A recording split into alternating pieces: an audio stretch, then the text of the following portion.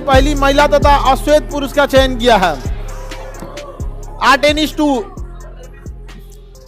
2 ये चंद्रमा पर जाएगा। ये मिशन कहां जाएगा? चंद्रमा पर।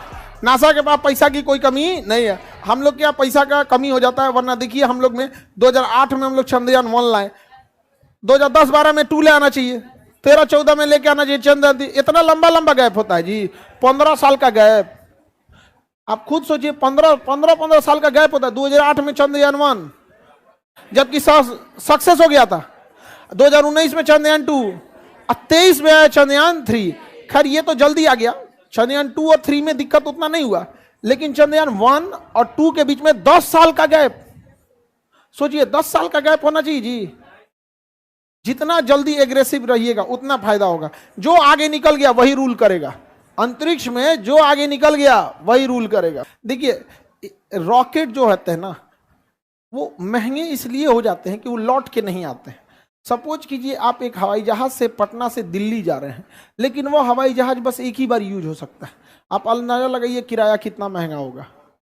वो बार बार यूज होता है, दिन भर में 5 शहर की कम से कम उड़ान भरता है। दिल्ली से उड़ के आता है पटना, फिर वापस पटना से जाता है दिल्ली, दिल्ली से चल गया कोलकाता, कोलकाता से वापस आया पटना, पटना से फिर गया दिल्ली, साफ सफाई हुआ, तनी आराम किया, फिर उसको रख दिया यहाँ पर।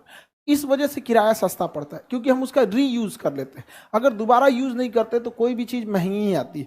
रॉकेट के साथ भी यही होता है, एक बार हम सैटेलाइट में छोड़ देते हैं तो दोबारा हम यूज नहीं कर पाते।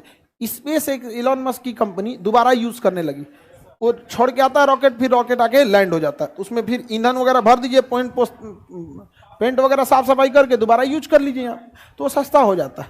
तो इसरो ने भी इसको सिस्टम को लॉन्च किया, लेकिन दोनों में अंतर है। उसका जो रॉकेट है इलॉन मस्क का, वो खड़े उतर जाता है इससे, जिस वजह से उसमें एक्सीडेंट की संभावनाएं ज़्यादा होती है। लेकिन उस तुरंत पैसा वाला देश है सब।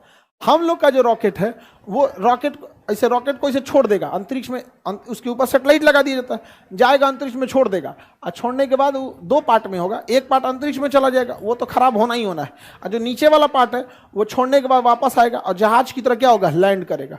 ऑटोमेटिक जहाज की तरह क्या होगा, लैंड करेगा रनवे पर। तो कर्नाटक के चित्रदुर्ग एयरबेस पर वायुसेना को बुलाया गया और डीआरडीओ ने कहा कि देखिए हमें कोई धोधड़ मशीन बनाए हैं, ये क्या है आपको मतलब नहीं है, इसको अपने हेलीकॉप्टर में टान लीजिए और ले जाकर अंतरिक्ष में हवा में उड़ाइए और कहीं ले जाकर छोड़ दीजिए। ले गया हेलीकॉप्टर ऊंचाई पे और वहीं ले जाके छोड़ दिया। पूछ रहा है कि टूटे फूटेगा नहीं, तो कह रहा है अरे आप छोड़िए ना जी, टूटे फूटेगा नहीं। जैसे उसको छोड़ा गया हवा में होगा, उसका सेंसर ने भांप लिया, तुरंत विंग्स उसका निकल गया बाहर। विंग्स क्या हो गया, बाहर निकल गया। उसका ऑटो पायलट तुरंत जीपीएस से कनेक्ट हो गया कि हमको जाना कहाँ है, उसको बता दिया गया था, पहले ही गूगल मैप दे दिया गया था, इधर मुड़ो। उसका मुंह वो पट्टी करके छोड़ी थी इसरो एयरफोर्स, तुरंत घूम गया, उन्हें नहीं जी इन्हें जाना है यहाँ पे, तुरंत यहाँ से दाहिने बाएं लेफ्ट राइट करके कदम चाल धीमा करके एयरपोर्ट से लाइन अप कर लिया और अपना चक्का बाहर निकाल दिया और उतर गया एयरपोर्ट पर।